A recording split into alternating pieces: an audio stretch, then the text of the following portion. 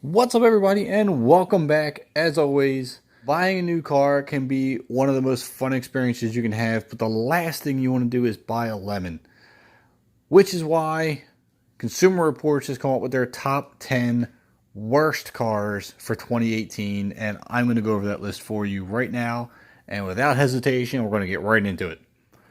Number 10, the Chevy Camaro.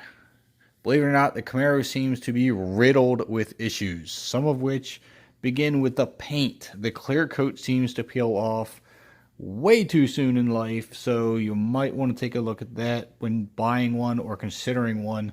Also, electrical equipment just seems to be failing left and right, has transmission problems, and the timing belt in the engine has problems, which causes catastrophic engine failure. The worst possible thing you could possibly imagine for a new car. Stay away from this thing. Number 9, Mercedes-Benz GLC. The GLC continues to be unreliable, as it's been on this list for a couple times now. Problems have areas such as their braking system, their power equipment, suspension, in-car electronics. I mean, right now, you name it, it's going bad. So you might want to look elsewhere for an SUV if you're looking at the GLCs.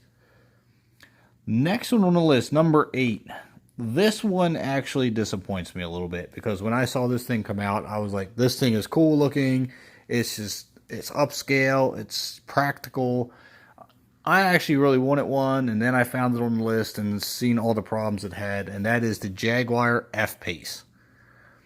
This cool SUV is been a disappointment from the beginning, apparently, and it has problems with the drive system. It's noisy. It has horrible infotainment system, and the electronics in it are also just going haywire.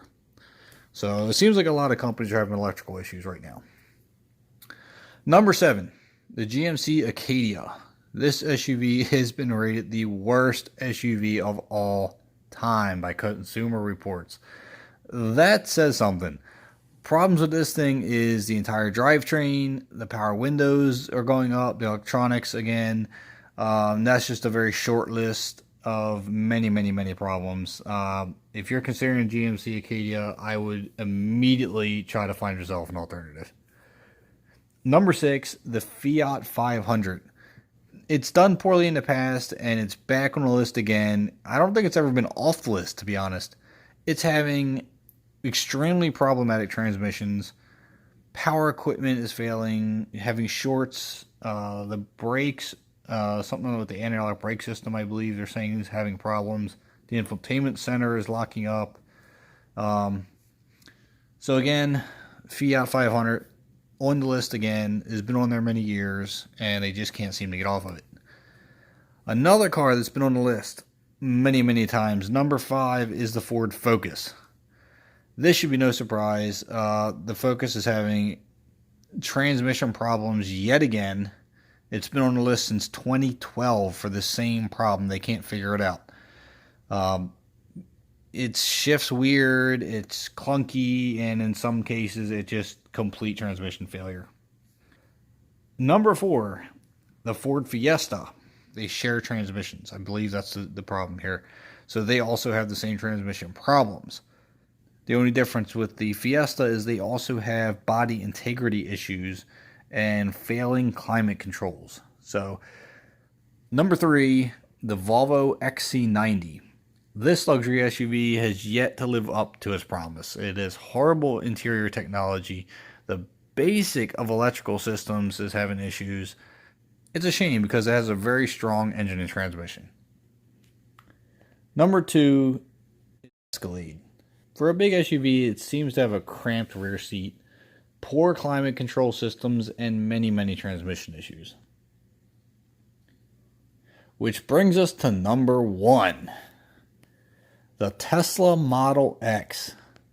This is probably the most problematic vehicle to ever roll off any assembly line. The sensors on the Falcon doors constantly fail. It prevents the door to open fully, if not at all. These vehicles have been in the factory many times for problems and recalls and warranty work for these doors. The doors seem to be the big focus of problems on this thing.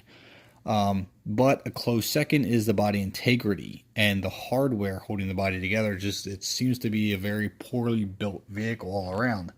Now, Consumer Reports has actually named it the most unreliable vehicle in the United States market. That says something.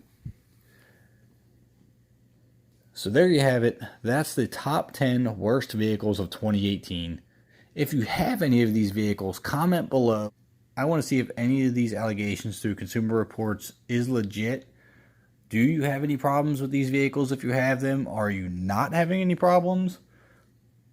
Leave me a comment. I want to know. I want to see how many of these are founded. As always, don't forget to hit that subscribe button. Thanks for tuning in to Real Steel Cars, and I'll catch you next time.